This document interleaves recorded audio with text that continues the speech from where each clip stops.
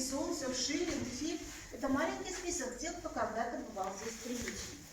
Батюшка послание Тургеневу напишет. Есть дача или мыза, приют для добрых душ, где добрая Элиза и с ней почтенный муж с открытой душой и с лаской на устах за трапезой простую на бархатных лугах без бального наряда в свой маленький приют друзей из Петрограда направили в сельский ждут. Лежало доводимости, а то и более человек.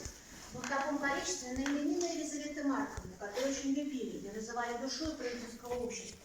В Петербурге ее называли ходячая доброта. Она совсем запуталась.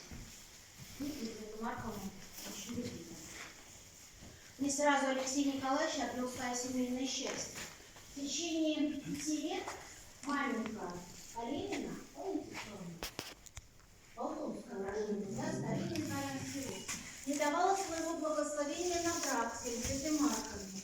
Она считала, что семья будет очень богата,